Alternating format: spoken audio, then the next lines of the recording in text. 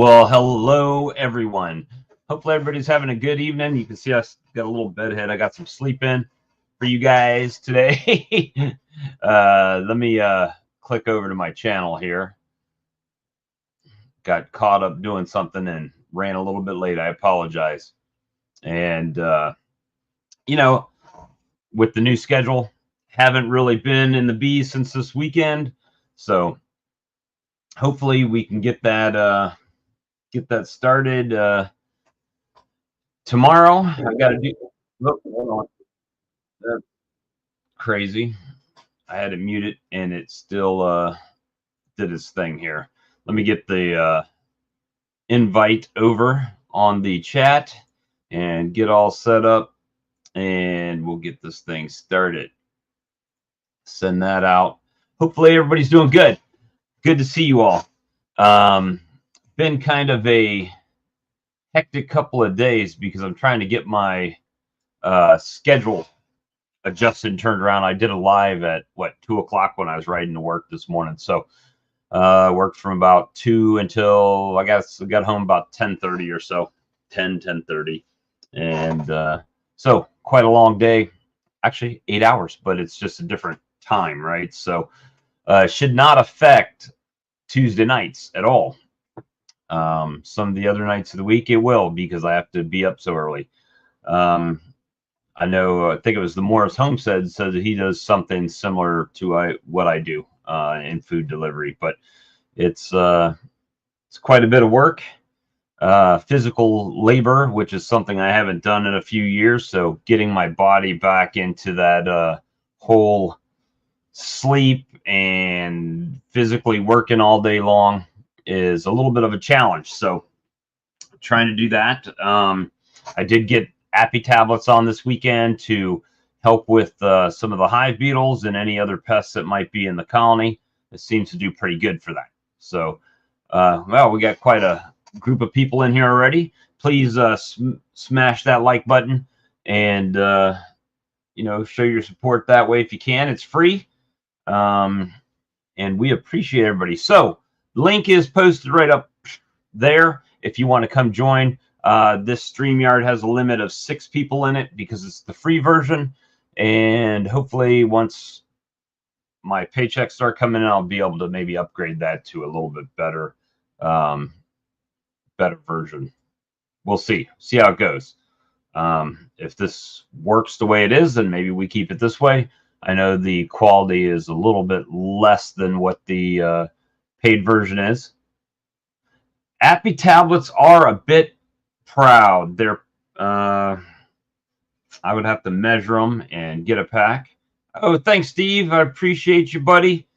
Hey, Tom. Hey, Bob. Good to see you, brother. How you been? How's after your surgery and all? Well, I haven't had it yet. I have it Monday. I thought you had one already. You didn't? No, this Monday. Oh, this Monday coming. So it's on. What is it on? If you don't mind me asking. Total knee replacement on my left knee. Is just the cartilage all gone and everything right there? Yeah, the meniscus is gone. I'm bone to bone. Been that way. I noticed it last year at Nobby. I could not walk. I'd have to sit down all the time and take breaks. And I think just before that, it's when it went bone to bone. And I was putting up with it all winter, all year, and I finally said I had enough. Well, I definitely will be praying for your surgery, that it all goes well, and everything works out well. How long are you going to be laid up afterwards? Yeah. Until you feel better. At least 2 weeks. I'll be in severe pain, everybody tells me. I mean, one of my friends told me he was crying. It was hurt so bad. He had tears. And then after that, is there rehab or something that you have to go through? Actually, rehab starts the day after surgery, and then Friday, and then every 2 days a week after that. And I think after about 4 weeks, I should be able to walk around halfway decent. They want me walking right away as much as possible. Well, they don't want any blood clots or anything. After the 2 weeks, they want me walking and doing all my exercises. Well, then you'll realize how bad your right knee is. And they'll say, oh, well, we should do the other one. You're going to be a transformer. There you go. I already got 5 screws in my left foot. What did I miss? I already told Tom I could do it. I watched the video. Yeah, I watched the video too. They use drills, they use hammers, they use saws, just like off my workbench. Well, it's going to be, you know, is that one of those where they like dink, dink, and glad you're out of it? They actually have to, Philip? yeah, they actually they drill holes down through your bone and put screws in. Philip's in the doctor's office now. Look at all those pieces. The doctor is in. You need to get you a better secretary, though, by that pile of papers. It looks like my desk. Yeah, and none of that means anything. I could throw all that away and it wouldn't matter. So yeah, Bob. I mean, Tom, I'll do your next surgery. I got all those tools you said, so I can do the next one for you. No problem. He's Via Honeybee says he's starting a kickball team next week. You want to join after you get the bionic knee? Sure, I'll join. I gotta mute myself. My wife's printing right now. Oh, let me see if I can get that out of there. The chat's going by pretty quick. Well, happy birthday, Shane. I just saw that pop up in the. I'm not as high tech without Lee, because Lee had all the spreadsheets on the birthdays and all that stuff, right? So he was keeping up with everybody. So yeah, just a few days ago it was Brian at Flower Street Farms' birthday. You know, if you want to see how quick things can change in your life, just watch a baby. Like what was it a week ago? A little over a week ago, I was down in Florida at my grandson's first birthday, right? And he was just like walking around the edge of the couch, right, holding on to it. And he might take one step and then on his diaper. And man, fast forward this week, he's moving out all across the room. Of course, he's doing I call it the Frankenstein walk, right, where he holds his hands out to balance, but he's doing the deal, right? So if you think about it in that aspect, stuff in our lives does that too, right? Like one day you might be walking fine, the next day you're like, man, I got some knee pain, and now you're getting a knee replacement. Now you're getting knee replacement, right? Let me see. Where do I have it? I got a walker too already. Oh, they already gave you a walker ready to go? Well, I had to buy it myself. I'll tell you what, man. I could have used a walker yesterday at work. Man, after standing on a Walmart floor for 5 hours, right, working putting up the bread and the cakes and everything, man, my back was stiff as a board. I couldn't even bend over. So I bet. Is that why you're doing the night stocking? My knee would not put up with it. No, so I work for a guy that actually owns a few Bimbo. I don't know if you know Bimbo Bakery routes, but so we do Takis, Arnold's, bagels, and muffins, and Sara Lee, and Sunbeam, and I think I already said Takis, right? Takis chips. So just a bunch of stuff.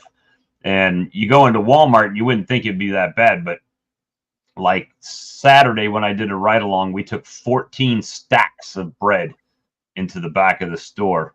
And I think when we left, we had 2 in the back room for Sunday to be put out. So it was, it's a lot of work, because you not only are you putting the bread there, but you got to rotate everything on this shelf too, right? So you're just constantly moving stuff around. And when you know, the heaviest thing you've lifted in the last 2 years is a pen, other than bee boxes, you know, it lets you know, hey, it's a young man's game. But I put in 30 to 40 applications and had 2 callbacks, 2 phone interviews, 1 in-person interview, and then they didn't offer me the job. And then a buddy of mine that I was in the bread business with him, I called him up, hey, do you have a route? Nope, no routes. And then he calls me back 2 weeks later and he says, hey, I got a route for you. It's got 2 stores on it. I'm like, great, when you want me to come in? He says, oh, it's not for my company. While I was out in the store, another guy was telling me, and he got his number and passed everything on. Next thing, he got a job. So no application, no interview really, other than a phone interview. And hey, come ride with me. And he paid me for the day that I helped him too. So it was That's good. It's a good deal. we're getting a full house. That's right. And now we are full. Alex. Hey, Charlie. We are full just like that. Charles in charge. Hey, Good evening. We got Joey. what's up? Hey, Joey's Joey. giving up the RV live streams. He saves them for Saturday night. See, now Todd's got to be in the waiting room. Oh, who dropped out? We lost Tom. Tom dropped out. He did the Irish goodbye. Now he's going to have to wait if he comes back. That's right. This is going to be like a little contest. Yeah. You drop out. Musical We ought to do chairs. that. This little wheel that just keeps turning. That'd be I kind was of fun. I was Well, I won't surprised. stay in long. I just wanted to get on here and show my swag. You'll notice, see that. recognize that. Oh, Brian stopped by your place there. Yeah. Yeah. It's that's pretty fun. good. That's probably the best part about all of this is you can go just about anywhere. Like, I'm pretty sure if I went to Quebec and called Alex and said, hey, Alex, I'm going to be in your area, he would say, oh, well, I get off work at this time. You want to go out to the bees or you want to hang out or, 4:40, 4:45. Tom, I don't have the big thing. And when you dropped out, we filled back up. So I don't think it'll let me add you. I'll try. Yep. Brian's a pretty good dude. He has a birthday and I get all the gifts. So I like that. I like him. Right now, Saw we're what I told him on Philip. What's that? You saw what I told him on the No Life group. No, I didn't see it. I told him that after he visited with you, he'd never be the same. You see what Russell says? Russell's giving y'all peer pressure. He says if they don't talk, drop them and let someone else come on. There you go. So, Have a little timer. Hi. yeah, Todd just gave himself another 30 seconds. kind of like when you work in an office and they're tracking your mouse clicks and mouse movements, right? You just every so often you got to shake the mouse so they think you're still at your desk. Yeah. I'm not going to be on too much either. I'm cooking right now, so I'll be on for a little bit, but then I'm going to drop off and eat. So, But I had to come in. So, in case you didn't catch it, I did a live stream at 2:00 this morning, and believe it or not, we had viewers. It wasn't a lot, but people were like, "Oh, I'm up, I'm up." I'm like, "What are y'all doing up? You're supposed to be in bed." No, I thought it'd be one of those watch later type things. that's funny because when you said you had to go to work at 3 or 2 a.m., I said, I expect a live stream out by 3 a.m., Bob. And I was just joking, but no, it didn't take long. Yeah, I've been getting up about 1, getting ready, showering, trying to wake up, and then drive in. So, I've been getting ready for that storm all day. when's it supposed to hit y'all, Joey? Well, every time I've looked, it's been something different, but I think it's going to be somewhere around between 10 and 7 tomorrow. A lot of rain. A little bit Where's of it? rain. I hadn't looked. Where's it coming in, Joey? It was going west of me and then kind of scan up into our parish, and now they're trying to bring it straight across us. So I don't know what it's going to do. Okay, because I know Brian was looking at it. He's in Houston right now, and he was wondering if it's going to affect his plans. Well, he'll just have to get more Texas barbecue. Oh, by the way, Bob, Yes, sir. I made a small sale today. How small? You said it like it. How much? 600. Wow. Oh, you sold the 600 to the brewery. No, not a brewery, a small apiary up north near Montreal. He came out short in his production this year. He called me originally for 20 pails, but he wants to like test out. So it's 10 now, and if he likes what I bring, possibly of 10 more. Well, that's cool. That's all last year's. Yeah. Last year's inventory. You're All of rotating last your year's inventory. is going to get cycled out, Nice. and it will allow me to build connections. I'm really going to try. Like, I tried to give him the price that the bulk seller would give him. So, like at first, I give him a price similar to what James has, but I researched the price in Quebec, and I called him back. Like, I made these research. The first price I gave you was not fair. Here's the better price, and he called me back. Yeah, I don't get a whole lot of money per pound, but I sell all of it. Yeah, but you're getting nothing with it sitting in the back room, right? Of your apartment. So, yeah, that works out, man. You got to do what works for you, right? Yep. So I'm willing here. I know I get trickle in flow, constant, right? Might be a pound here, a pound there, but I do get that trickle in. So I don't rush to get rid of everything. So like some guys I watch on Facebook and stuff like that, they may have a few hives and they harvest that. And then the first thing they do is they become Brian at Flower Streets, where they go to the market, right? And they sell everything they got. They're done. But the rest of the year, they're coming to Bob because they're out, right? so that it works out. And, you know, some people, like if you're Brian at Flower Street, he's got enough volume that his constant markets he can provide for. A lot of the smaller beekeepers will sell everything they got to friends and family, and then they're out, right, for the rest of the remainder of the year. So yeah, I'm gonna try and have less hives next year because the work is too much. I'm gonna drop down probably to 20 hives instead of 30. you're gonna drop down 10 because it's too much. It's too much, way too much work, especially with the small car. Like I'm not done. Like I wasn't able to treat. I had to buy Formic because I couldn't extract everything because of the bad weather. My car, like I said last time we spoke, my car broke down 3 times in a row. Like radiators, brake assembly for the rear wheels, and the brake lines twice. See, they're telling you to buy a truck. Yeah, the car guys are telling you go ahead and buy a truck. You go to the dealership and trade some honey and say, look, I got so many buckets of honey. This will be down payment. Yeah, sure. That'll go great. Yeah. Take that and like a cage full of chickens and Come down here. I'll sell you my truck. You can drive it all the way back. And yeah, get stopped at the front, the borderlines, and pay all the taxes. No, it'll triple in price. Yeah, it's I don't know how they do that when you buy a vehicle. I know Brad said he actually bought a vehicle down here and had it shipped up there at one time. Let me see. From what I know, it's a nightmare. Charlie, Yep. was you able to connect to your channel tonight? What do you mean? Was you able to connect this live to your channel?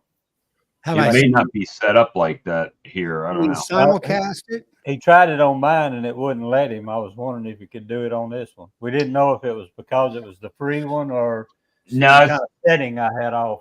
it could be that, but I know that with like Lee's, it's in the settings. When you set it up, there's a place that allows people to stream it, and I'll have to look at that. Yeah, I don't have there was a button up here on the right-hand corner when I did that for Bill on Monday a couple weeks ago. I think it'd be down on the bottom, wouldn't it? Yeah, but it would show up in the top Oh, well, Corner. right top if you corner, can yeah. do it. Unfortunately, I don't know that I don't think I've had it set up like that right now.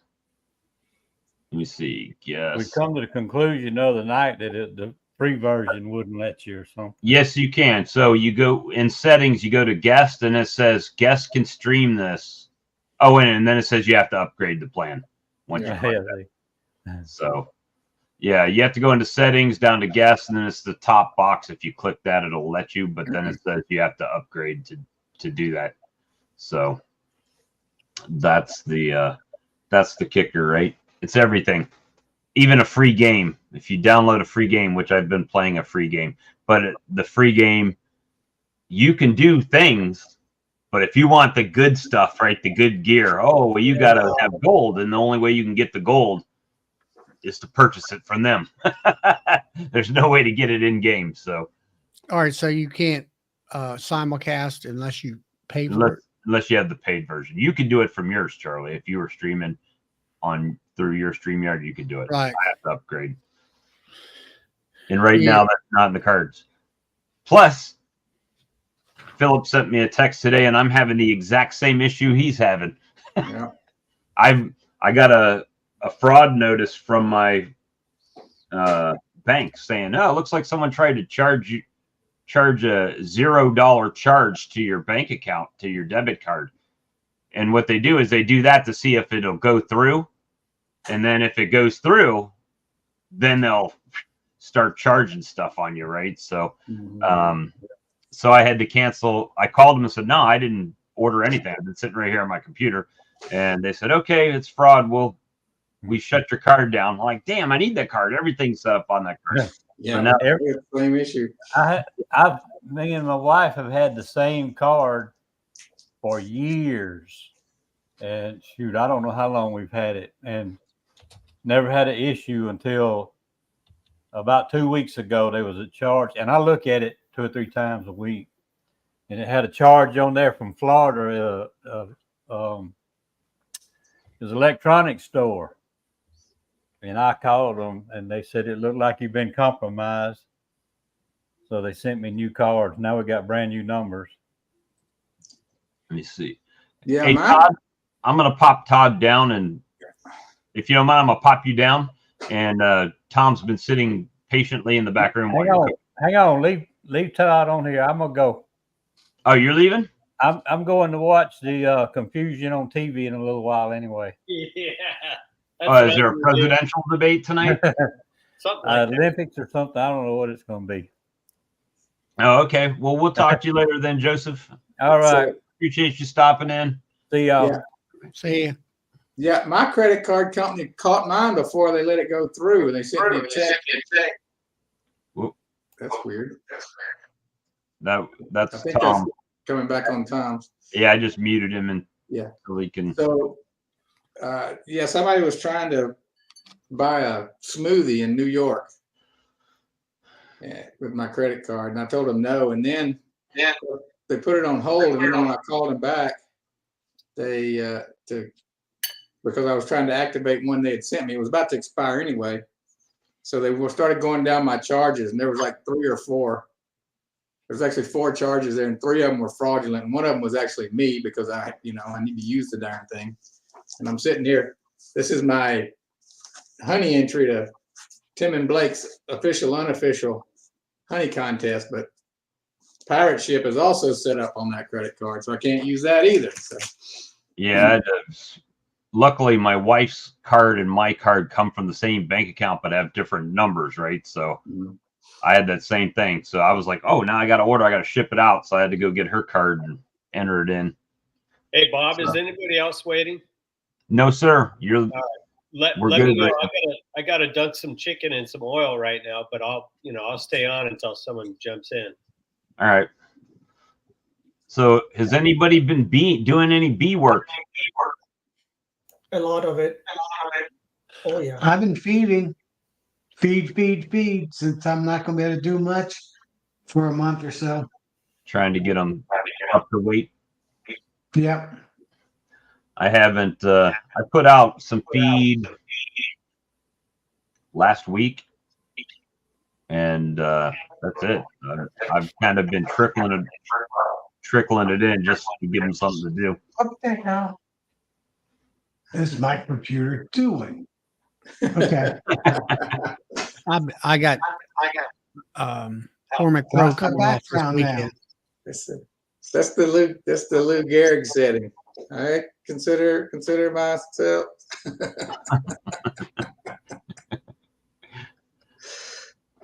Much It's not- needed. I fed some, but mine aren't doing too bad. I only fed a week ago. I fed 13 out of 42, and then I fed another, I think, 7 when Brian was here. Well, Ohio's been in Or a the same drought, the worst drought in over 100 years. They're saying. So Really? we have no We got the net, same no problem net here, flow. Tom. We got the What's same that? problem here. Yeah. So I'm hoping that hurricane goes right up the Mississippi, right over into the Ohio Valley. And come over my way too. We're I gonna hope it do a comes right by hand my turn. farm because we're dry there, but we got rain in Capel, just north. Now, Nice. you all know what I've been going through the last 5 years, except for 2 years ago. Well, you live in a damn desert. What do you expect? Hey, it's I still live in a rains here, green but belt. it's been like puddles of rain. It's terrible. See, and if we lived in rainforest, we'd be bitching it rained all the time and never snowed next year because it's raining all the time. That's right. Oh, geez. It's such a fine line, right, between having enough rain for the bees and too much rain, or not enough rain at all. I mean, it's kind of crazy. Yeah, I also tried that. It's insect fodder. I'd had it when I bought my bees from the guy. I got his fogger, and I'd never used it. And I said, "Well, I got this thing. Let me try it. It's fast, but I don't think it was very effective. I didn't have nearly the drop I expected. Like the Appy tablets I put on there, it nailed the mites. But that insect fogger, just a few mites were dropping. I'm like, yeah, there are more mites in these colonies than that thing is revealing. So Really? Wait a minute. You mean the Appy tablets, the supplement? It does something for critters? yeah, the supplement helps them shake those mites off. It's pretty. Incidental, not intended side Yeah, effect. it's just a side effect, you know. Well, what I put in my post that I felt like they had a lot of mites they need, a little bit of health boost. That's what they needed. So that's what I gave them. Well, I mean, if you watch some chats, the passive aggressiveness towards the Appy tablet is really kind of impressive. I mean, it makes me and I'm a sarcastic guy, right? And it makes me take a look like, damn, okay, where'd that come from? So, I don't know. I was pretty impressed because I hit the ones that had like 150 or more drop from the OA. I just went ahead and I threw all 10 I had, the ones that had the most. Came back a week later and they had at least as many that had dropped from the OA. What did you say you had 5? What was it? What was the other stuff you were using? I'd use that insect fogger. It's Never heard of that. Oh, people were using it 4 or 5 years ago. Quite a bit. Tom, you got to fix that mic, Gotta brother. get a big Is that fixed? I No, feel like I'm in a cave. Like you're standing in a football stadium. Something's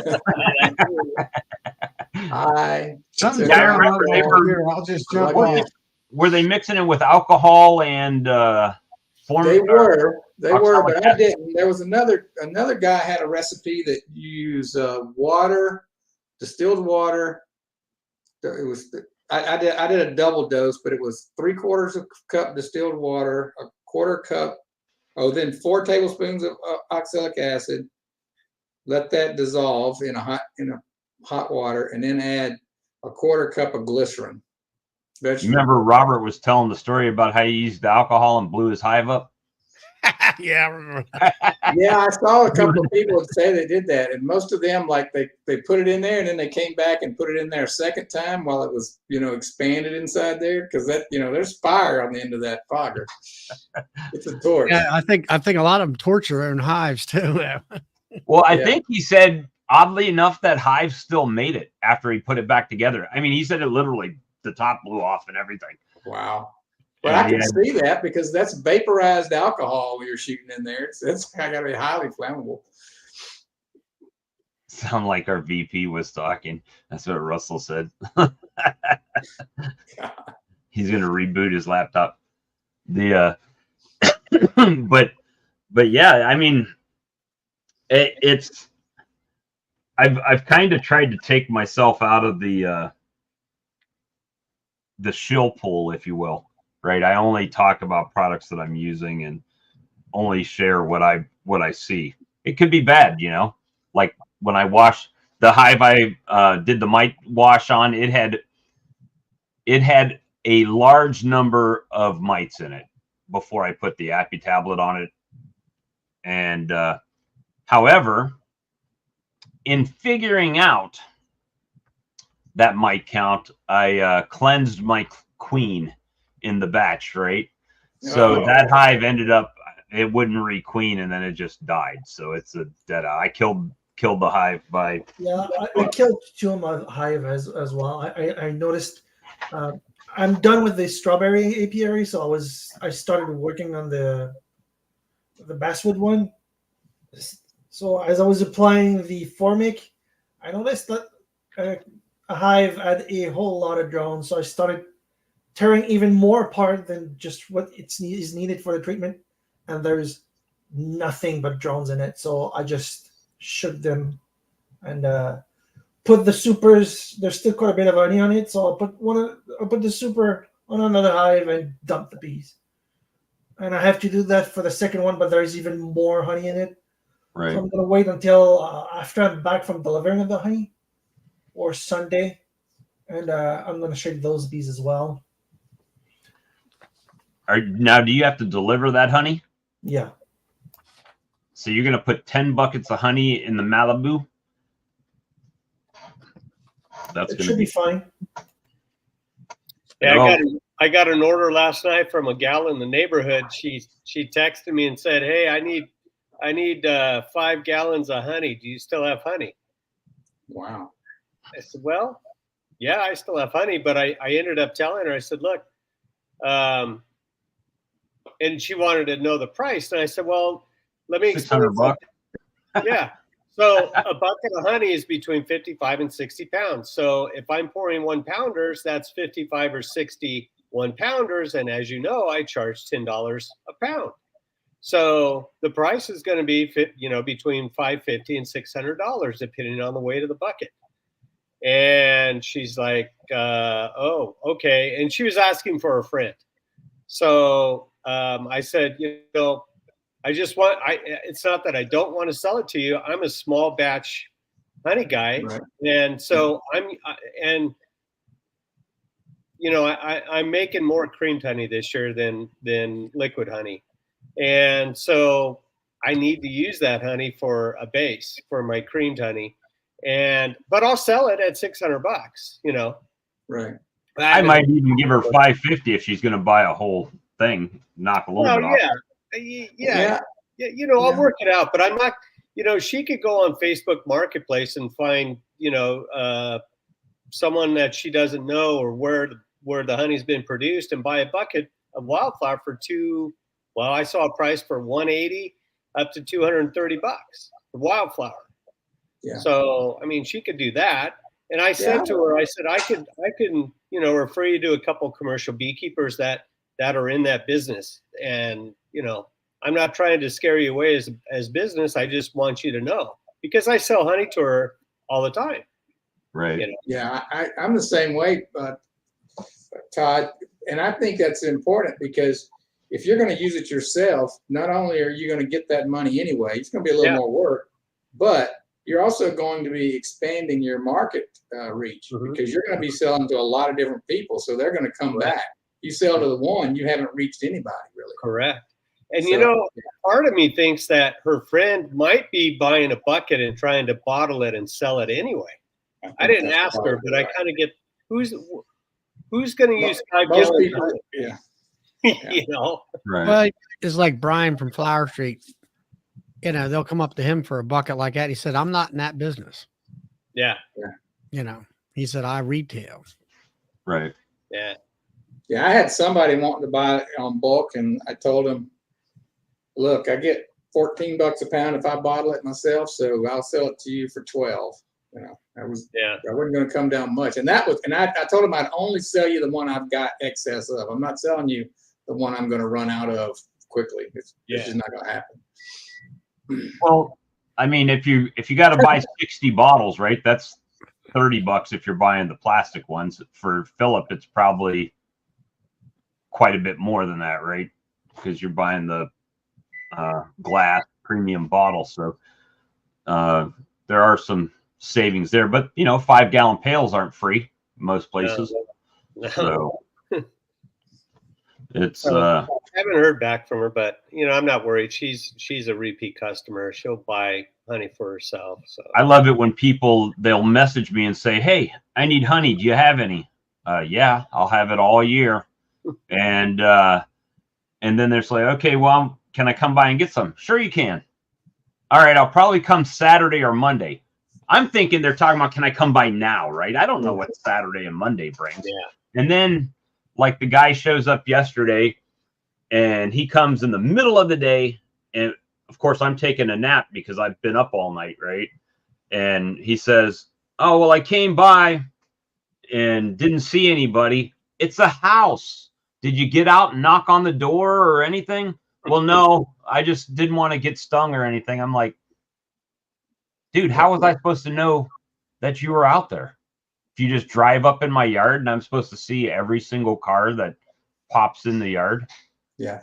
Let me answer Russell's question. Yeah, Russell, some of my jars are about $1 and some of them are like $1.50, $1.75.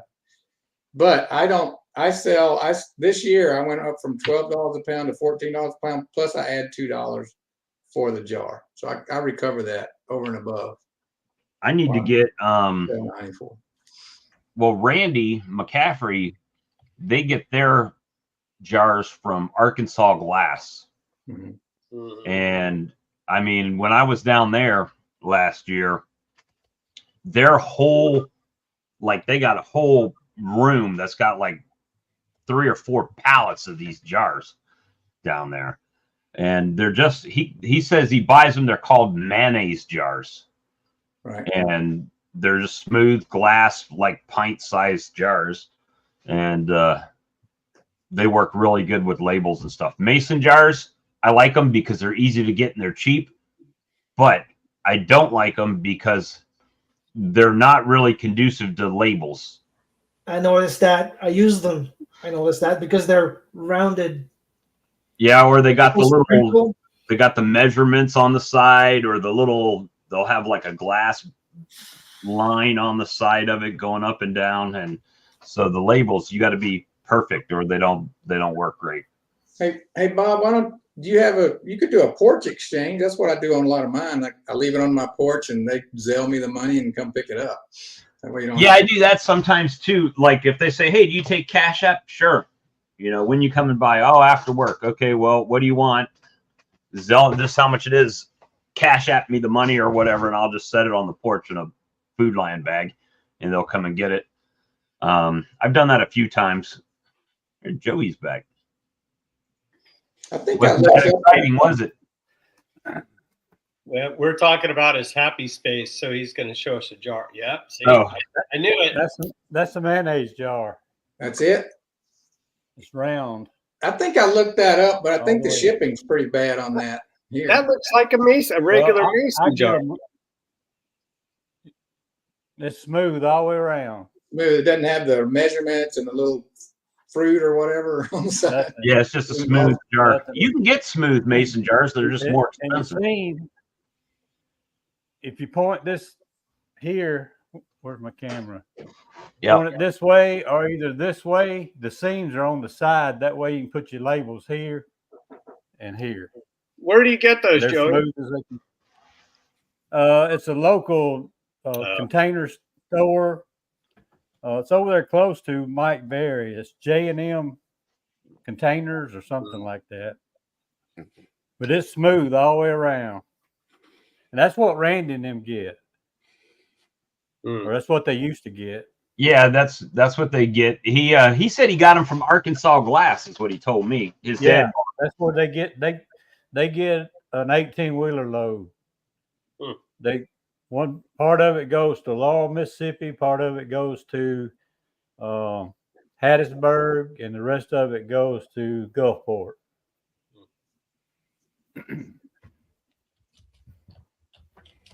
Sorry, 50 cents a jar, 25 for a lid. I pay about, what do we figure, 47 cent. Yeah. 47 cent for a 1 pound bottle and lid. Plastic. The plastic. But you know what? A lot of people like those plastic, just squeeze it out. Yeah, the squeeze is handy. I've had a couple of people ask me about the squeeze, but not many. A lot of people say, I'm glad you sell it in glass, though. So it's, you know, who knows? And plus, I'm selling it really expensive, so I think I need to stick with the glass. Which, I'm sorry, I'm gonna have to go. So I wish everyone a good night. well, thanks for coming in, man. I appreciate it. Yeah. See ya. And, Good to see you, Alex. hopefully next time I see you, I'll be a bit richer, even though I have more repairs to do on my car. You can hang out with me on Friday night and spend your dollars with me. I need that money. All right. Have a good night, everyone. So all right. So I really like the Appy tablets. They're all that I've used on my colony for the last year. I can say that now that it's been one full year since Appy tablets have been in my colonies. I haven't used Formic. I haven't used Apigard. I haven't used Apivar strips. It's the only thing I've used. And I've still got bees, you know, and I'll go along with what Joey said. I had them die with treatments and I have them die without treatments. And it's just, they're going good. Sam gets those from me. He's about, I don't know, 2-3 miles from me, maybe a little bit further, but he gets them from me. And he noticed the same thing. I also noticed I have less hive beetles. So is there something to that? I got to say yes. I mean, compared to a normal year, the only ones, whenever the Appy tablet has been consumed, and I've seen a lot of people questioning, well, I've had them in for a week and they haven't eaten them. Well, the thing is, are you feeding them? Do you have a flow on? Like Brian Coper swears they didn't work for him, right? He says that. It didn't work for me. They didn't consume them all. Well, I understand. However, you put them on in October. You put them in a top hive feeder where they couldn't get to the whole thing. And you were feeding them liquid. Oh, and you were using Hive Alive fondant, which everybody swears is, oh, my bees love it. They're going to eat it. Newsflash. It's sugar. They're going to eat it, regardless of what's in it. You could piss in it and put it on the hive. They're going to eat it because it's sugar. I fed mine. I fed a couple of mine liquid. They were light, so I just, I needed to feed them and treat them. But and they didn't eat. They were just eating right around the edge. It was just 1 week.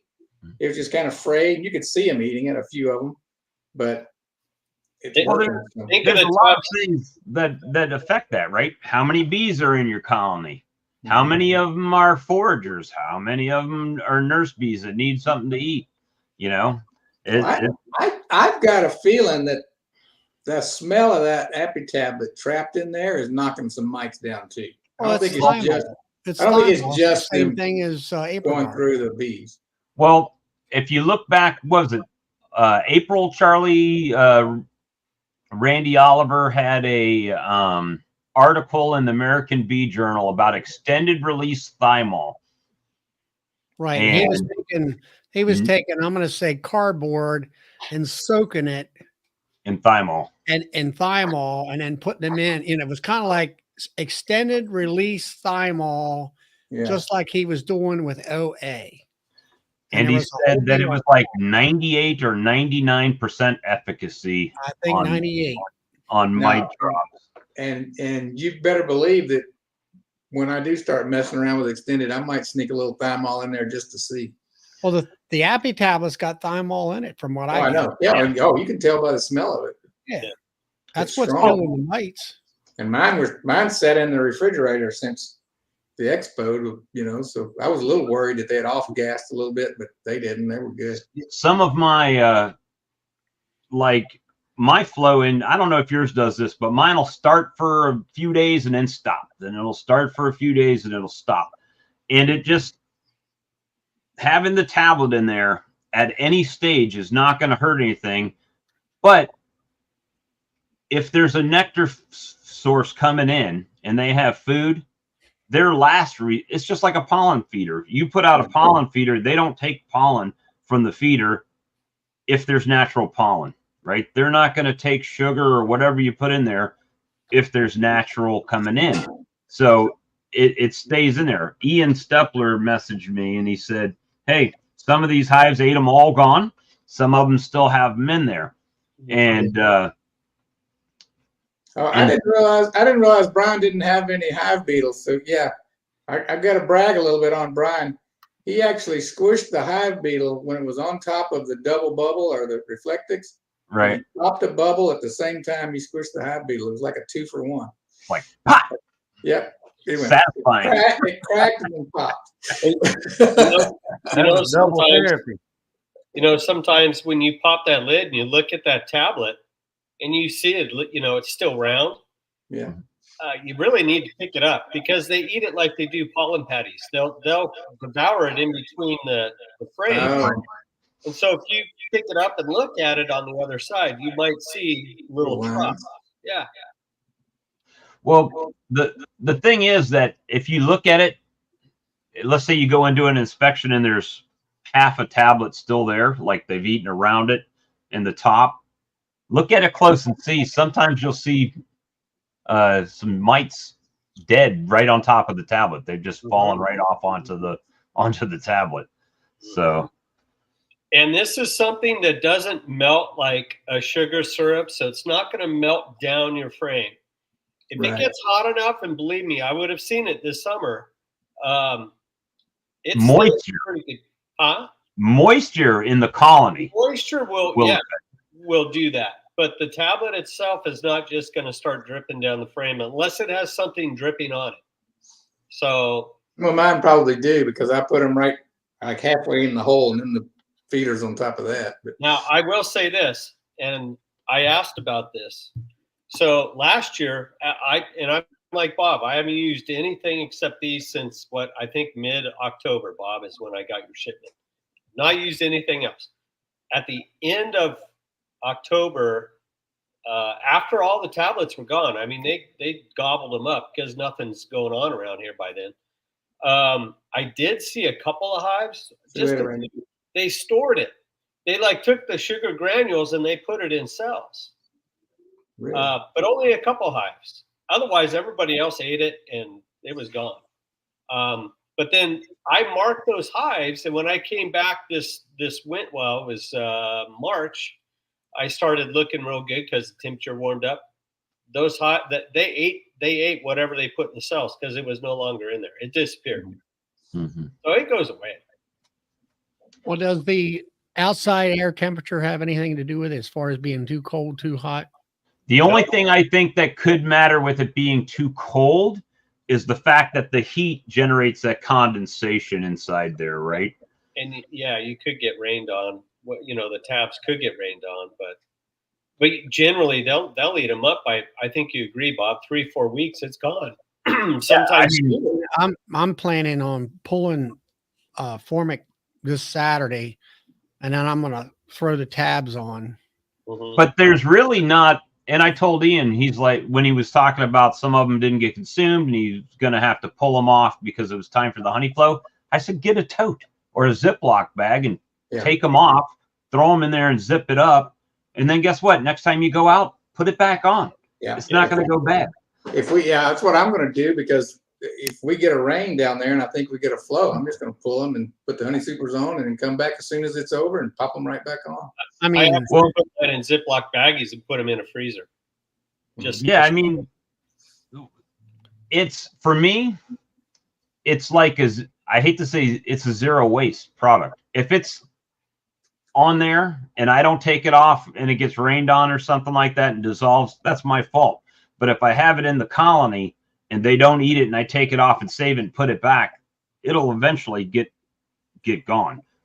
So, and it's not going to hurt anything to stay in there. well, That's I mean, what I you're like saying about about feeding and all. Yeah, I'm going to put them on, and then I'm going to put my top hive feeders on. I'm going to go ahead and feed, and I figure, okay, they're not going to fool with them. But once I put my top hives on, I don't break them hives apart. I'm done in getting in the hives. So they'll be there all winter long. and all. Brian So says, ever put multiple tablets on a hive? How many will shut down a queen? I haven't know. The most I've had in a colony is 2, because I only run double deeps, right? So it's 1 tablet per deep box. So I haven't had the queen shut down. Matter of fact, the one queen that had shut down started back laying last year when I put a tablet on it, right? That was the original hive that got the whole shebang started. Yeah. So. Oh, and I also want to report that Brian handled himself very well with those Africanized Texas bees. Oh, let him come down to the South Carolina bee. I got stings on my neck from where they got into my veil because I did that live, that crappy live this weekend, and I got all zipped up and started the live and forgot to zip the front. Oh. And I had about 5 bees in there. Hate when that happens. All right, gentlemen, I'm gonna duck out of here and eat some chicken, and all right, Todd. watch the current event that's going to start in about 10 minutes. So, all right, everyone, have a great evening. I'll talk to you guys later. All right, Todd. See you later. Good night, Todd. Yeah, I've talked to Mehmet about the package, and I've talked to him about a few things. First of all, they're a little too thick, right? So he's got to do something with that. He said it would cost him about $20,000 to retool to make it smaller. So that was one thing. The packaging from the initial shipments I got to now have drastically changed. I mean, they look the same and everything, but as far as being sealed and broken open, I haven't had that issue. And one of the things is, if they're like that, those are the ones that I use instead of shipping them out, right? So when I first got them, that's all I had. So we had to do what we had to do to get those out. But yeah, I agree. I think that they should come in a box around the sleeve, or have them in that tray vacuum packed and then put in a box, right? Yeah, click on Randy Klingen's comment there. I thought it was pretty nice. 120 hives with Appy tablets for 15 months, wash 0 and 3 mite counts. Yep. Say what you want to. Some of these naysayers, and on one of the other live streams, it's like their agenda, the crap talk it, but whatever. Whatever they want to do is up to them. It's their stream. I'm just finding things that work for me, I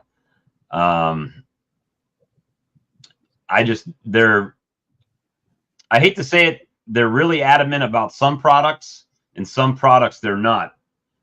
And it's usually products they haven't even tried that they talk crap about and don't, or actually giving it a fair trial. We'll say that.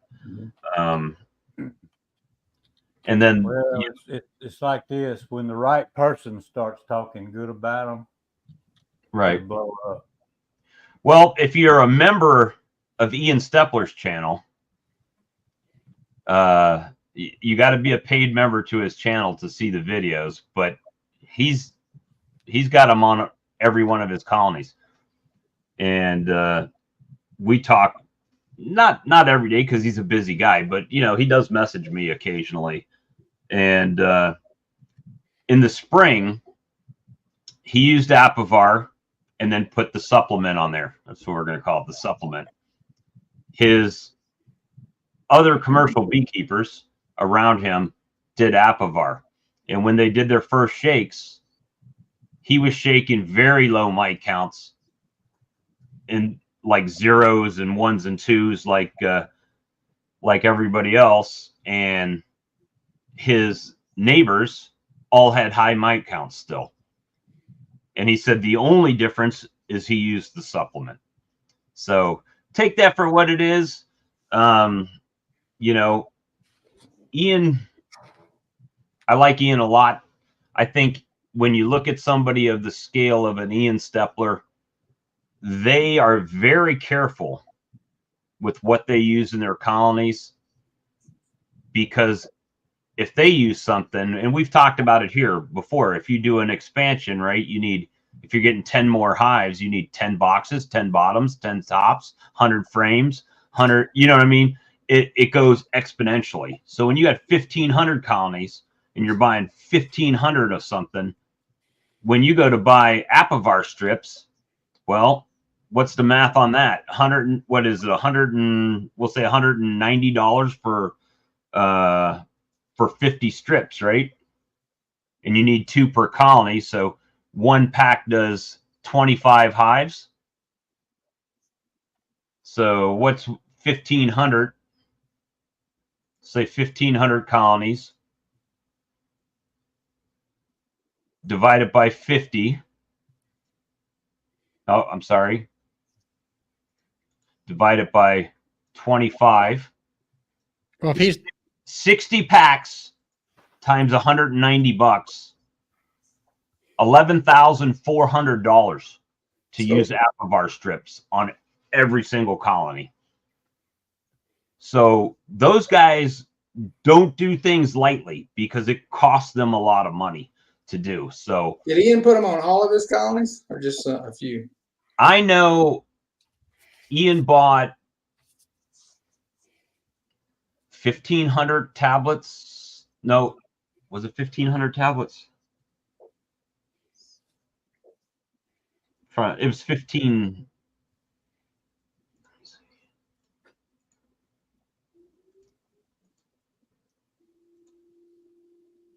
Divided by, I'm trying to figure out how many he bought from me.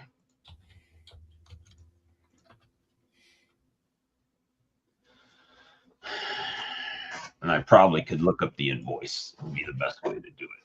While you figuring that out, I've heard some people say they don't want to use this or that until it actually gets approved for this or that. Right. And it's a feed turn supplement. around in the same conversation, turn around and say, "Oh, come on, camera." They turn around and say that they use so and so before it was ever approved when it was still illegal. So, well, I mean, the same people that say about tests and everything are talking about using murder sauce that has no tests. yeah, That somebody came up with in their well, Don the Fat Bee Man came up with it, and then somebody else used it and named it something else, and then that's okay. Yeah. Have you guys seen it's Steve's Outdoor World, Steve Dennis? He's trying out something. It's called beetle grease, but he doesn't have diatomaceous earth in his. And I looked at it and I said, you know what? It looked really messy because you rub it on the end of the frame to basically fill in the gaps. And I was like, there's no way I'd do that because I wouldn't want to pull my frames up with all that yuck on them. So Ian bought 3 cases from me, and I'm not sure how many extra he got from Dancing Bee, right, up in Canada. But so he bought 3 cases. That's like $720, I think. Yeah. But when he went back in this video, those bees had cleaned all that grease out of there. It was just as clean as could be, and there were no hive beetles. But it's mostly wintergreen is what it's in there, mixed in with like lard and wintergreen and something else. Well, the Appy tablet supposedly has, I think he said 17 different oils in it. One of, obviously, we know is thymol, right? So, yeah, I mean, take everybody. My advice is do what you want to do, you know, and they're your bees, right? It's your investment, your money. I like them. I use them. So I talk about it. But other people, you know, they're kind of, how do I put this without talking too much smack? Watch your tongue, Bob. We don't want to go down that road again. So some people follow one person that's on the internet, And whatever that one person says becomes the holy grail for the other people, and they all fall in line. And then they preach that narrative. And if what you're doing doesn't follow in that narrative, then you're kind of ostracized. I'll just say it that way. So yeah, Brian says just move on. But anyway, so, yeah, I use the tablets. They've been being used in Europe for years. It's just not here, right? So Well, let me tell you this. I got fussed out with Bob because I picked him up at the expo, but all I wanted to do was see. I mean, it didn't, right. 10 of them, put them on. They either work, they don't. There's no right big deal, If they didn't work, it wouldn't have mattered much to me. But the fact they did work, now I know don't feel bad. Charlie bought them at the expo too. I got. I wouldn't have bought. I wasn't going to buy a whole. I wasn't going to buy a whole bunch of them there because they were there and you got them, so it's good. They weren't discounted there, so why would you load up on them there? So anyway, and the thing I really like about them is on my bees down there, I can put them on and leave for 2 or 3 weeks. It's not like I can treat my hives every 4 or 5 days and get the same result here, but down there I don't have that option. Well, and that's kind of my reasoning when I really got interested in them after I saw the results, was the fact that I didn't have to do it. I didn't have to come back in 6 weeks and pull Appivar strips. I didn't have to go out in 2 weeks for Formic and do that again, right? It was just easy. Put it in there. I can do my whole inspection with them in there. It doesn't bother anything. I might have to pry it off and set it to the side and then put it back on, but I don't have to do that. So let me see. I still have questions, but not enough answers. But enough answers to invest in them. Yeah, I mean, I don't know. The biggest thing is, other than the labeled mite products, everything else in the bee world has no studies about it whatsoever. Well, even if you want to make the argument with the Hive Life, they have one study. It's over 10 years old, right? And it was done in like Portugal or Brazil or Spain or somewhere, not even in the country that it was manufactured in, right? There's no US study. We don't know those guys. If you read the study actually says in the middle of feeding it, they requeened all the colonies. So they all had brand new queens. So how can you tell if requeening everything is what stimulated that hive to do better, or if it was the product itself? You don't know. And it's the only one. So whenever you ask about a study, it's like super DFM. Well, no studies, no studies on Apis biologics. That was only in house, and Frederick Dunn questioned that science lady that invented it, and he didn't let up, and it really, there isn't any. Just like, we developed for cows and sheep, it ought to be good for bees. What about all of the honeybee healthies and all that? There's no studies on any of that. That all has oils in it and everything, and people all use that is essentials. No studies. But and I had an argument. Well, I had a in-depth discussion with a doctor when I was up in Canada, one of the presenters actually, and he Bob, when Bob gets in that rabbit hole in that bag, he's gonna pull out the guns. He started saying, well, this has to be registered because no.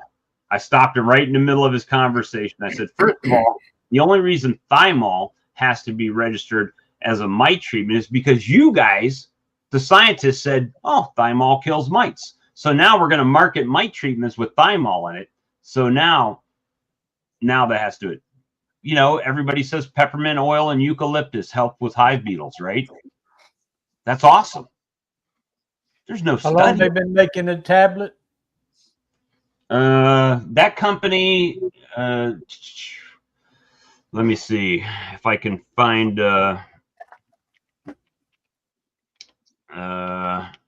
that company has been in business since 1963. Here it goes. In Turkey. And let's see if it says 50 years. Yeah, it says we have a combined 60 years of experience with our 20 years of experience abroad. Let's see. But when Mehmet was on here, he said that in 1963, his father started their beekeeping company over there. And they've been using the products over there for years. Now, here's the thing, and you guys can agree or disagree or whatever. Companies do not stay in business if they sell crap. They might sell for a little while, then they go away. But any company that's been around since 1963, the beekeepers in their area at least trust the products they're putting out, or they wouldn't be able to sustain a business. It's just the way it is, right? Philip, you're an architect, right? If you did crappy architectural designs, people would stop using you. It's just the nature of business. So, I don't know. I like the. You know what us electricians used to say about architects? What's that? 90% of our skill was to make what the architects design work. I like it. I like it.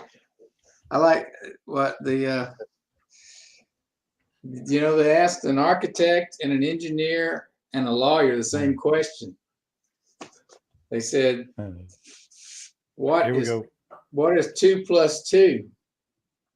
And the architect spoke up and said, I think it's 4, but let me get back to the office and do a little research and I'll get back with you.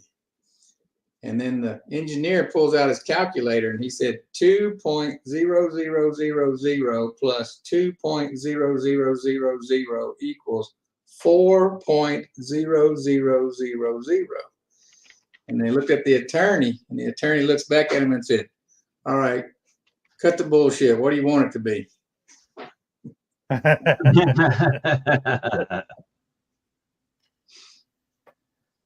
Let's see. Changing the subject, this old picture came across.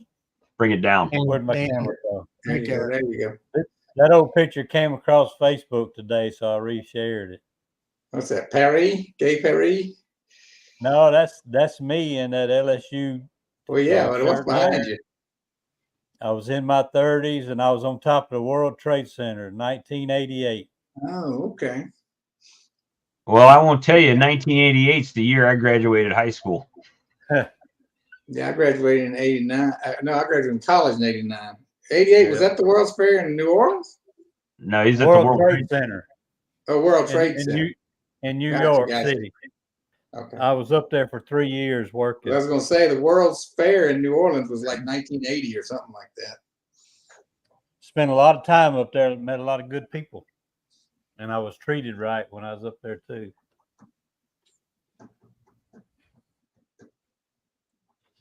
So there's supposed to be some new products from Appy coming to town. I don't know when yet, but it's Viagra and Beekeeping. Viagra. Viagra. Viagra. Yeah, Viagra. I wonder if it's blue. Yeah, that's what I'm wondering. Wow, you're old. Tiny Creek Bee Company said they weren't even born yet.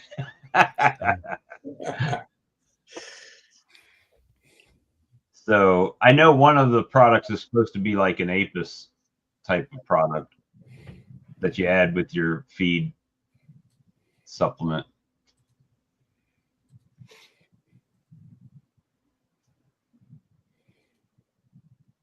But they, it is what it is. just do what we can do.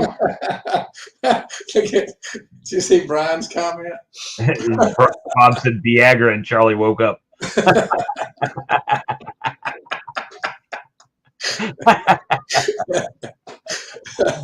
That's funny. That is funny there. Yeah, Lee, I was like 12, I think. So you're catching up with me. So you're done, right, Joey? You're done for the year. Well, I'll start going back in my hives when the flow gets started again in fall. Mm-hmm. Check everything out. See if they need feeding or anything. But I've been done since July. What is Apis? Apis Biologics is a supplement that you mix in with your either pollen sub or with your two of the small packs right here. So the control goes in your liquid feed, and the bioactivator goes with your pollen sub when you make pollen patties. So just, I think I got about 2 or 3 packs left. My personal stash. But how you like that Apis, Charlie? Apis Biologics. Well, I was just going to say to Sandy there that the problem she's got right now, that's the kind of problem you'll have come springtime when you use Apis Biologic.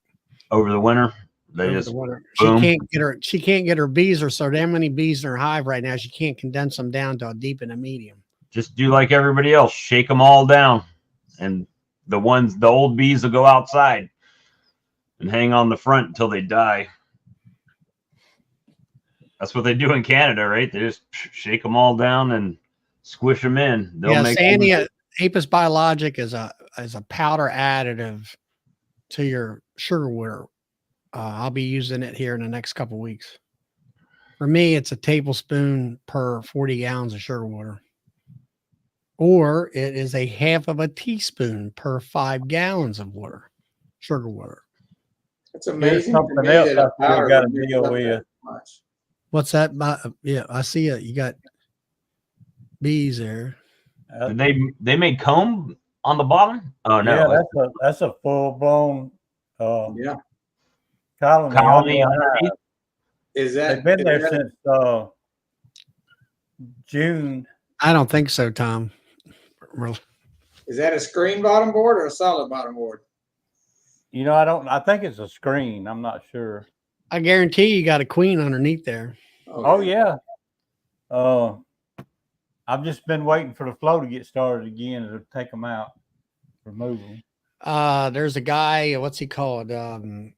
Bees in the Woods or Bees in the Grass or something like that. He's in Bees in the Weeds, and he's in Kentucky, and he's got a big old ball of bees like that underneath of his hive.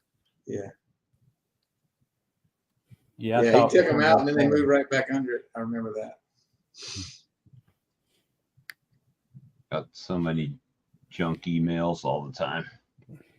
I'm thinking that was a virgin that got pushed out, and she went and got mated and came right back under the hive, and they wouldn't let her in.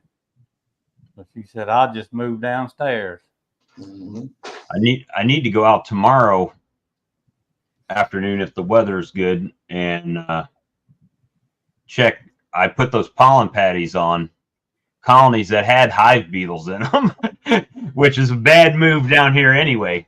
But yeah, I saw that, Bob. I was fussing at you while you were doing that. Then I went back the next day and I put Appy tablets right next to the pollen patty, like right next to them, and see if it runs the beetles out.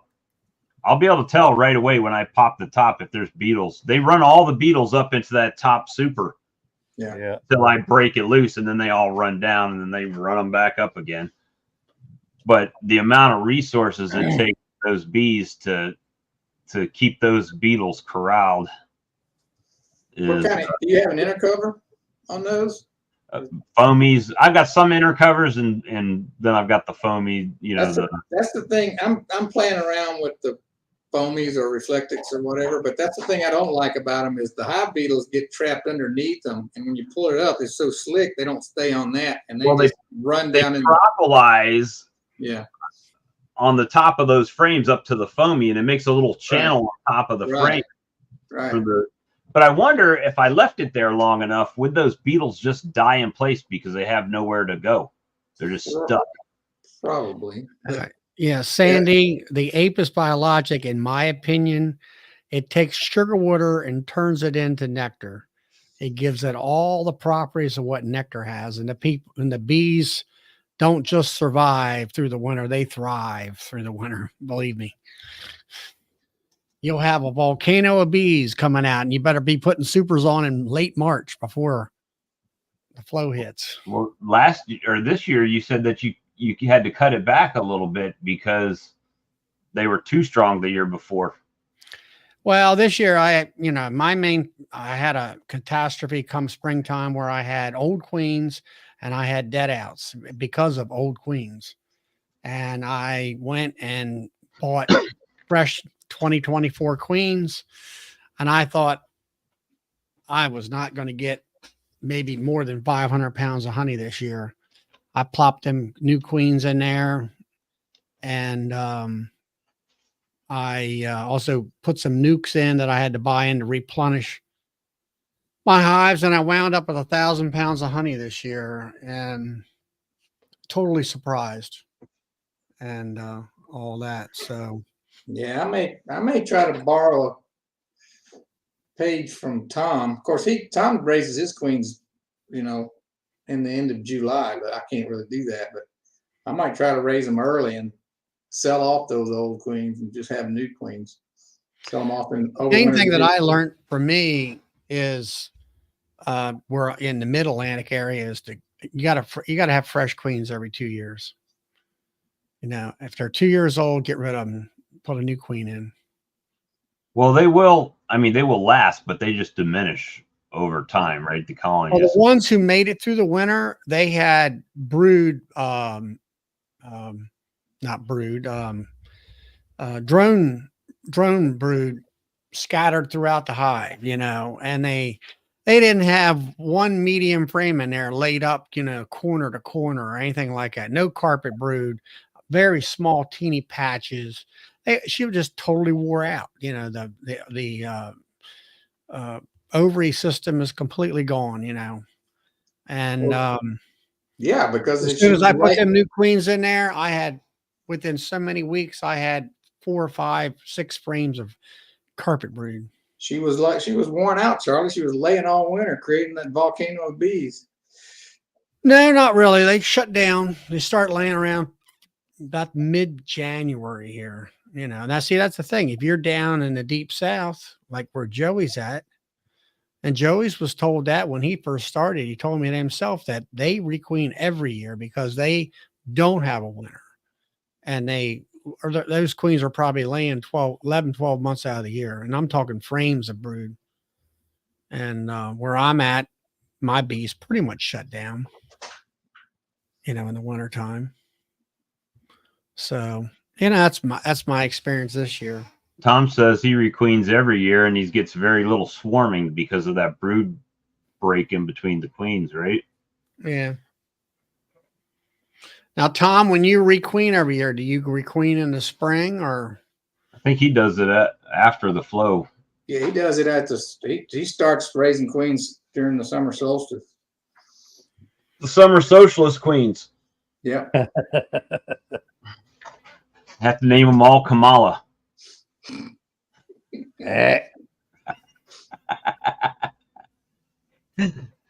Oh yeah, I was warned. Someone said they didn't like the politics talk on the You chat. gotta be careful. You gotta be careful. Although I did really laugh at. I was watching Steve-O. He doesn't hold back. He doesn't like Kamala, and he said, "This is just for humor, guys. I'm not trying to get it political, but this was just for humor." He said that switching from Joe to Kamala was like crapping your pants and changing your shirt. But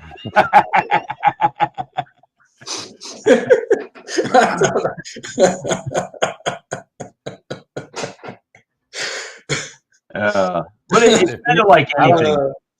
I can't answer Brian's question there. because What'd I you say? don't. But I don't know who else in the South does use that Appy Guard. Tree of brood I don't bug. know. I've never used AppyGuard. I'll tell The you only what, way that- you guys can use that would be probably November, December. You're in Yeah. the 70s by that time. yeah, I've got like those little foil packs of AppyGuard, the little box of those, because when I bought everything from that guy, they were in there. I've never used them, but a couple of those, they're like 4 or 5 years old now, long since expired. But a couple of those, a little foil is released, and that smell, when I open the drawer, I'm glad I'm not a mite, man. That is some strong thymol smell that comes off of that stuff. Steve-O is a riot. I watched some of that guy's videos, but I'm kind of behind on him. I'm behind on everybody's videos, to be honest with you. Yeah, me too. On most of Yeah, I'm a Steve-O fan. Yeah. The one thing he's doing now that makes me crazy is of course he always said for years I don't care about honey, I'm just selling bees. But now he's wanting to sell honey now. But he's up to like, I don't know, 20 or 30 colonies, and he doesn't You know, want he to used to be a commercial guy. Yeah, he doesn't want to He buy an worked with a extractor. He's crushing and straining all of his honey. And I'm sitting there thinking, my gosh, you can get an electric extractor for little or nothing. And you save all And your you comb. gain more honey. Yeah. I think more he's honey kind and of saving your focused comb on for the next time. hobbyists more than anything else. Focused on them watching him.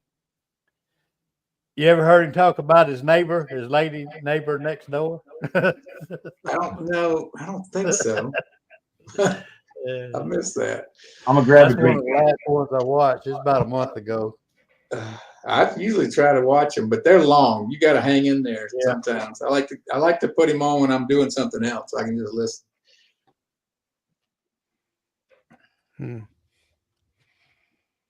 Russell, he eats ribeyes unless he switched on us, which is more expensive probably than T-bone. Oh. Tom and Melissa. Oh, Oh, I'm talking about the Steve-O, the comedian. okay. Yeah, Steve's Outdoor World. Hey, Ian. Ian, pop in. Yeah, we're talking about the devil, and there he is. Maybe he'll come in. Click the link, Ian. His ears are burning. Stuff. He's out combining, and the daughter's behind the wheel. Is that the 14-year-old girl that's driving the truck now? He's probably praying then. Yeah, I saw when I think Ian had the wife in there. I was driving. She was on the scratching line here in the last video. Yeah, I thought I said that Rick acknowledged it, but like I said, I was driving back from the farm, so I couldn't really be sure. Well, I saw a video. He had her combining last year. She did a good job. Yeah. I just watched two of Ian's videos that was several years old. I started driving tractors and everything else when I was 8 years old. You know. And they were gas too. They weren't steam. I was trying to come up with the right. I was going to ask you if they had those steel wheels with the knobs all over them. Nah, I don't get one. Those things are gone. No, but they're on a Cat 590. When I was farming, I believe that's I drove a tractor that was made the year I was born in 1966. And I was 18 then. That's probably one of the tread type tractors that he has. Same year as my wife, Philip. My wife just had a birthday yesterday. So she's younger than me then. Man, I hang out with you old guys all the time, man. I'm the baby of the stream. That's unusual. You wouldn't think. Well, you don't look old. You look pretty spry and nimble, Philip. Oh, you talking about me? I thought you were talking about Charlie. Charlie's your age too, then. No, Charlie's a little bit older than you, I think. You know what gets me? What's that? I run into somebody in town that was like 3 or 4 years below me in school, and they look like they're twice my age.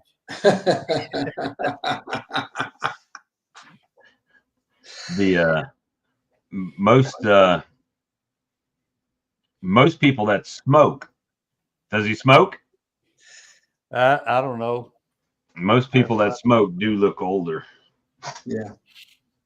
So I'm going on a year smoke free, guys. I was glad to hear that, Bob, because you hadn't been saying anything for a while, and I didn't want to broach the subject, but I was hoping you hadn't gone back. Well, I'm still using these things, but I'm not smoking. So Mike said his wife's birthday was yesterday, and he's still on here right now, so he must have did pretty good. He's still alive. That's funny. Let me see. Russell said he's driving a Ford 8N picking rocks at the age of 5. So who is? Oh, is it Amy's birthday? Is that what Ian said? Whose birthday? Yeah, is yesterday. Amy? Oh, yesterday. Okay.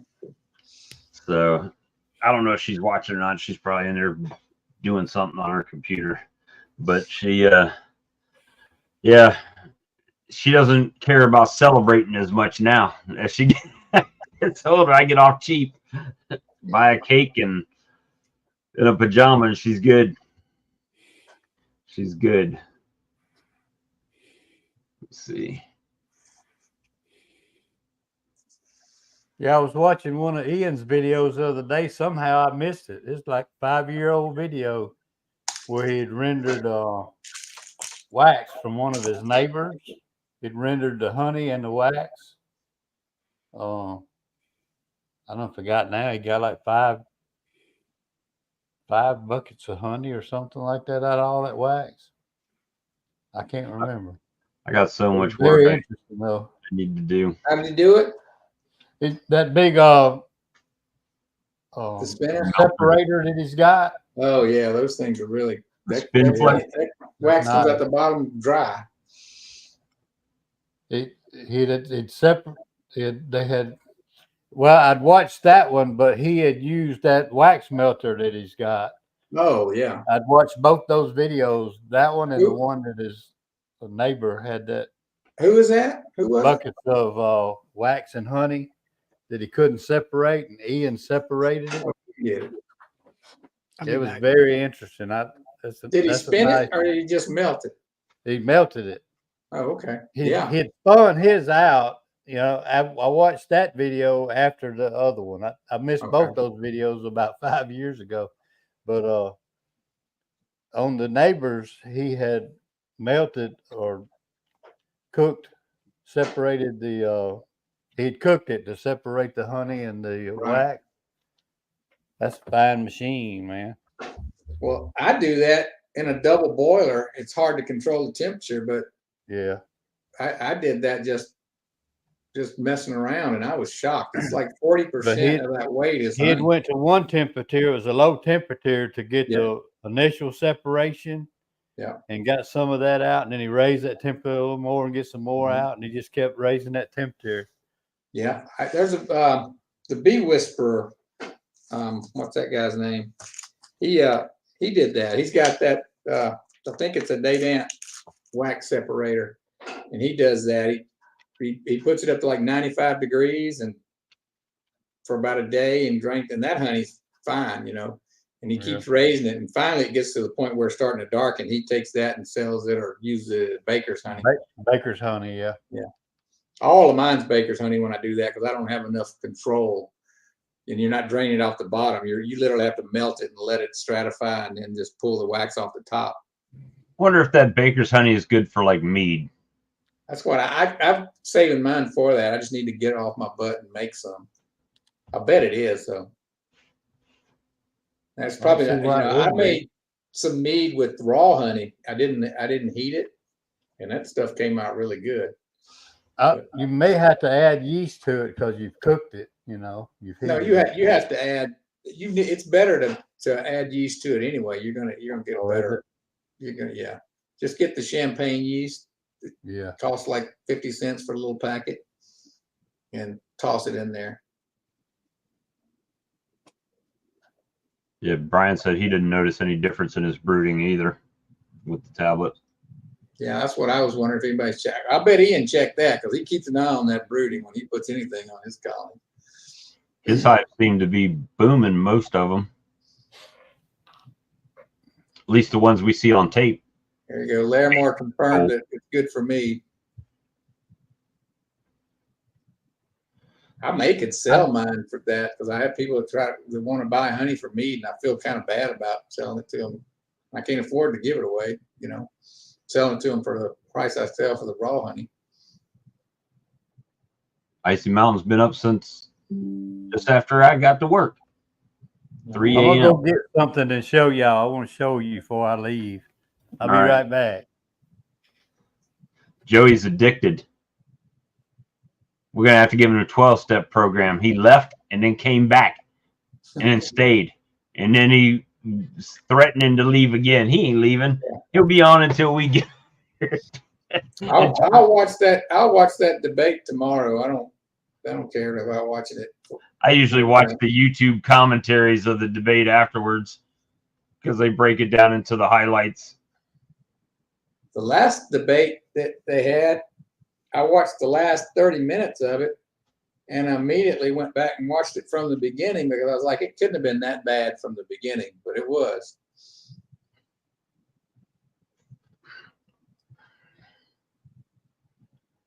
I need to send some honey over to Tim and Hannah too. When are they doing that, Philip? It's toward the end of this month, so you need to Get it going if I'm gonna do it. 20 Right? something, I think. Somebody on here probably let us know. Daisy, Steve said meat is trouble for me. It means sale day on the computer. Yeah, do that before I order my Appy tablets. Oh, I would. I can't afford to pay everybody's shipping right now. That's the problem. That's the problem. Tomorrow is the day where I gotta go and pay people. How do you calculate shipping on that stuff? Is it weight or is it? Yeah, it's weight. So usually there's a standard price, and then for the first item, and then everything after that has a little upcharge to it, Right. Just to compensate for the weight, because the post office, when you send one box, it's a standard price, and then as it gets heavier, it kind of goes up. The honey spoon. All right. Yeah. I've been wanting to figure get out how they do it. Well, he kind of told me, but I'm going to get his wife to tell me again because she's the one that makes them. I went to talk at a meeting last night, and he gave some out. But they sell these for $1. Really? And you could do 50 of those out of a pound, probably. Yeah. Now a lot. Because you have to cook it to yeah, I was gonna say make it thick, to make it candy. Yeah. That's all it is, but he sells out every time they go to a flea market. Every time they go to a farmer's market, they sell out of them. I wonder if you could put that in like a dehydrator and dehydrate it to make it like just super. Yeah, I bet it'd be so sticky you wouldn't be able to. She actually cooks it. It's like 200 something degrees when she you pours got it in that spoon. 240, I think, to get it to candy. I bet. Yeah, and one guy ate his while we was having the meeting, and he couldn't get it to separate from the spoon. You had to lick it just like a sucker all the way till it's done. So she heats it up to a candy. That's a good income right there. It's made for putting in tea, I guess, right? Starting your tea. She actually made them for coffee sweetener, and she had the label. Of course, this one, she had made a bunch of them for a wedding. It says, "Thank you for being here," BEE. Yeah. But had a bunch of them left over, but she started off a few years ago for a coffee sweetener, and the label had coffee sweetener on it. And another lady come by and started buying them. She said, that's nothing but a sucker. So now she calls them honey spoons. She just calls them honey spoons and sells them like Yeah, that way. I mean that probably would sell great at a market. Just You like ever, straws. you know those little packs of jelly you get at a restaurant? You got to peel the top off. I've seen, I guess it's a company out of China where they sell those little spoons that you could fill up that have that you can have the sticky part on top of it, like those jellies, and it's just liquid honey in a spoon like that. Yeah, that's exactly what it is, Brian. A lollipop on a spoon. Yep. Bet And you she can get actually adds flavors to some of them. She'll put a little bit of caramel and different flavors to some of them. that'd be pretty cool. Probably She even dip it makes in doggy chocolate. treats. That was her daughter's idea, and she makes a little doggy treat. And they told me how they do it, and I don't even know now. And they can't keep them on the table; they sell them out.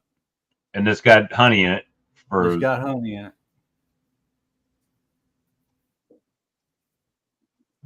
Brian says you might have to look in that. I would I'll have tell to you quit what, my I job might- again to have enough time to make all the stuff to take with me. Next time I have them come talk at our club, I think I'm gonna record them and just put it on YouTube. That'd probably work. I know they have a honey spoon machines, but it's not like that though. I blew his wife's mind a few years ago. First time I met him, I went and bought some creamed honey from them for seed. And we were talking, and I tried. They let me even sample some before I bought it, and they sampled another just liquid honey to me. She said, "See if you can tell where this might be from." And it was just a coincidence. I had just went on a vacation a few months prior to that, and I tasted that honey, and I said, "Hold up, I know that taste." And I got to thinking. I said, "It's up north," and I said, "Wisconsin." And she like to fell out her chair when I guessed where that honey come from. That's where she's originally from, Wisconsin. She didn't. I told her, I said, "I got a bottle at the house. Tastes just like it." So you guys, that link I just put is a honey straw machine that's $120 on Amazon. That link, $120 on Amazon, which is the cheapest honey straw filling machine I've seen. And I use a condiment bottle, just put it in there and squeeze it in. one straw at a time. Of course, it doesn't crimp, right? But it's the filler. Yeah, that's what I fill it with. I got one of those bag sealers that I use to crimp it. You're cheaper just to buy the damn things. I think this one lets you fill I up don't 6 feel at a that, man. time. Well, people like Brian, I mean, $120 might be something that would be interesting to him or some other people, because I know, you can buy them cheap. Well, I don't know how cheap is cheap, but Main thing is, How long does it take to load one of them things up? I don't know. Every straw filling machine I've seen, you just pour the honey down the center and it pushes it out somehow into the straws. Well, you still got to load all them straws on it, though. Yeah. Well, this one does 6 at a time. So. I don't know. Bruce, he had 3 or 4 of them doing different ways of doing it. And I don't know. To me, it's one of them things where, how do you get the air out of it and all that stuff? And It don't have any air in it when I do it. yeah, I know. But if you got to crimp, there's air. You got to get the air out as the honey goes in. It'll just flow to the bottom of it. It's open. It's open on both ends, and just pour it in there till it fills up. Oh, you seal it after you fill it? Okay. Yep. Just use like one of the mustard or ketchup bottles you buy at the grocery store and squeeze it in. Yep. I mean, ideally, I mean, as far as production wise, you would have a tube, a continuous tube, and you would put honey in there, and then you would crimp it every so many inches and do it that way. Brian says he doesn't have time to fill straws. He buys 1,000 for $140 and sells them 2 for $1. There's the Good margin. right. Well, you Yeah. buy them already pre-filled. Yeah. You got to buy them from I mean, we bought them for our club to give out to the kids. And you get some of them, they're lousy honey in there. And then you got to find the right company that gives you a really Yeah. nice. That's what I would be worried. I'd be afraid the honey wouldn't be good. And plus, I'd be afraid of how I answer that question because they're going to ask me, is that your honey in there? Somebody is. Yeah. You just tell them no. They're just looking for something for free. So There you go. little straws. Now that machine is obviously industrial strength, right? But That's not But $120. yeah, that's a $120 machine. Yeah. Right. Times about 60.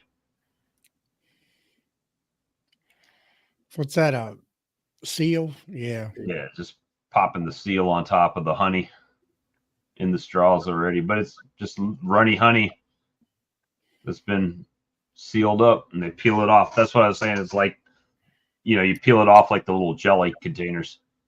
Is that going to print on it?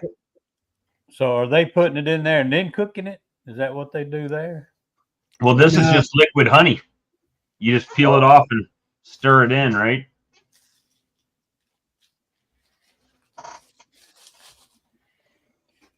Obviously, that's industrial scale, but So that white part comes off so you can see the honey. Look at that. That thing's pulling the white off of it. And that's actually pulling them all out, isn't it? I thought I saw a bucket of them where you could see the honey. let's see. I got another little video here. Let's see. After the commercial.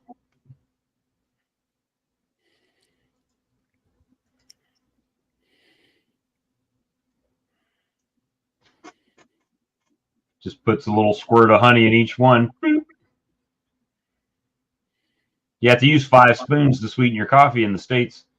Yeah. See, that one's not full. This one here is full. It's totally level full. And that's hard. For a whole cup.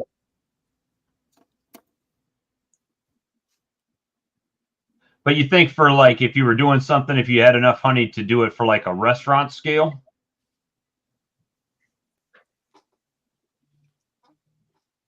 Or hotels, right? They'd have it in the lobby and at their little coffee machine or whatever. It's just like a teaspoon of honey. Oh, yeah, the spoon is see-through. Yeah. But I mean, if you look at stuff like that, a lot of the other countries, they package their honey differently, right? And I think they use honey differently. Prime example, like creamed honey, right? It's not a big thing down here.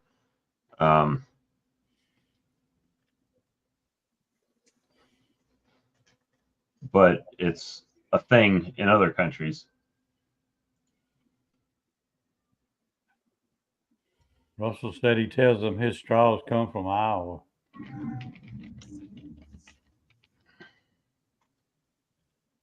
Let me see. Just trying to see if they do sell those Tupelo honey spoons, 30 count, $51 on Amazon. But it's just a stick, like a lollipop, stick in the spoon-like shape.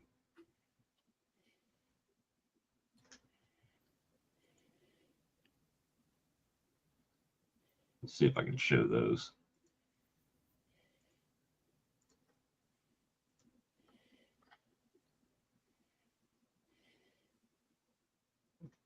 See, they're just Tupelo honey. Melville candy. So they basically are doing something similar to what they Oh, got. I like that. I like the hat that's not plastic either. That's pretty cool. That's pretty neat. I was trying to see if they had, you know, after lavender flavored honey spoons. In case you can't sleep, here's a 5 for $12, $6.25 an ounce. I was trying to see if, you know, like Brian does with the straws, maybe there was a cheap way to do it, but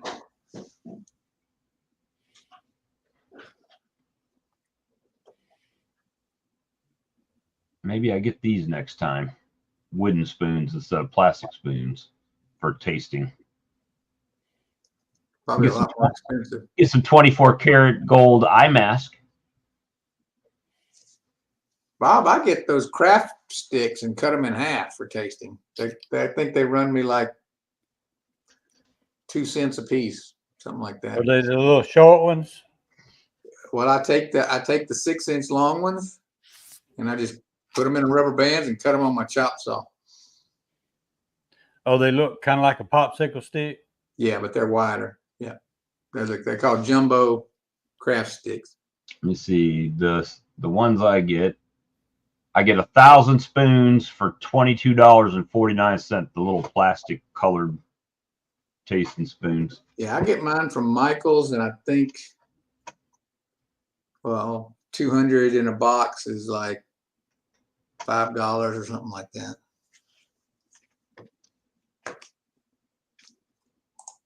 Time we got about 10 minutes left. Let's see.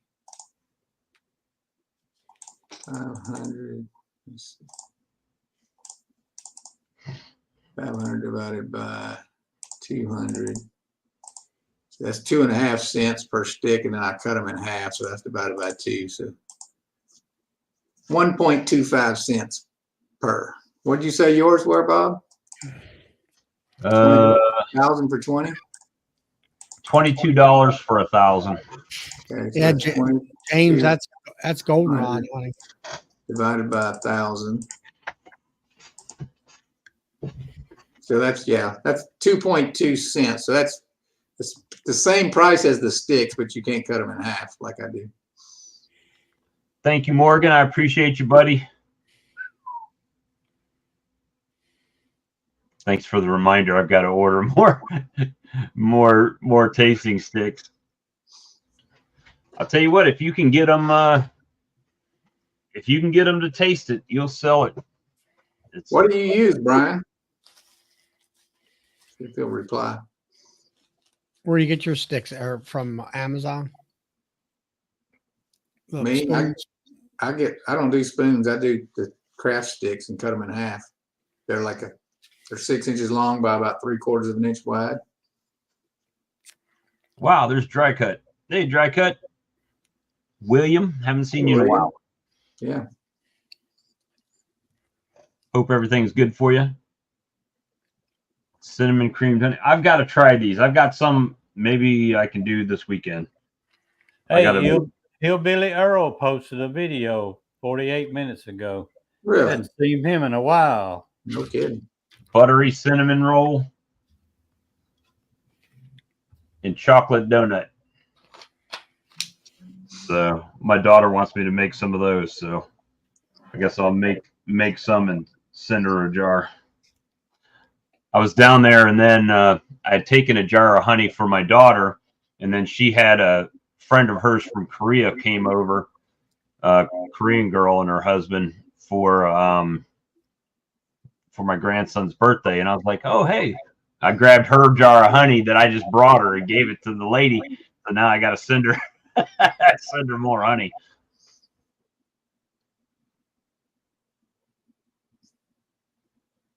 And it's funny. They always say, did you make this? Well, no, the bees made it. I put it in a jar. Yeah. I get asked that all the time. Did you make that honey? Yeah. Nope. Nope. I made the boxes and the frames and everything else, but not the honey. Yeah, because I have people try 3 different kinds of honey, spring, fall, and from 2 different locations. I always have to tell them, look, I'm just taking it from the bees and putting it in the jar. There's no flavoring or anything added. Most people can't believe they taste that different. Well, Morgan, are you talking about where did I find these? My daughter found these at Walmart down in Florida, but they have a website. They sell all kinds of different seasonings. It's called Flavor God. I think it's just flavorgod.com.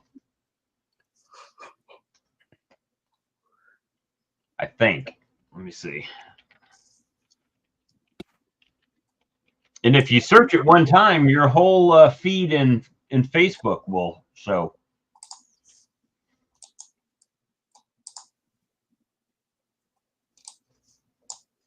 They have different toppers, rubs and salts and seasonings.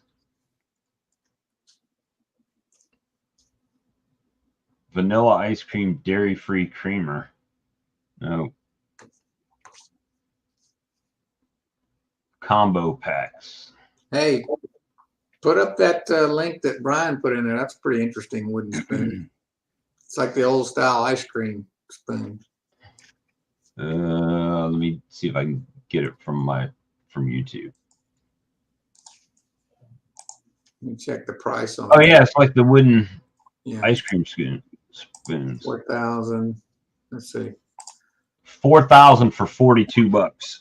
4,200. Well, 40. that's like a penny a piece. That's not bad.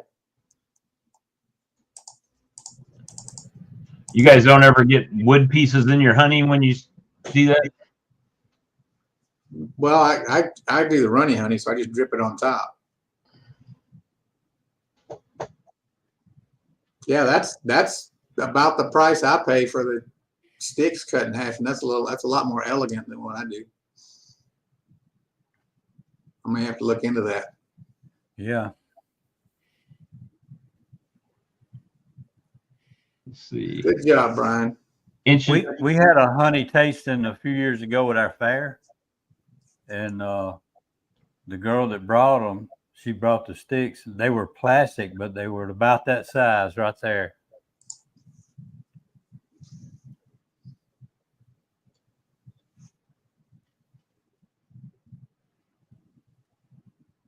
Let's see.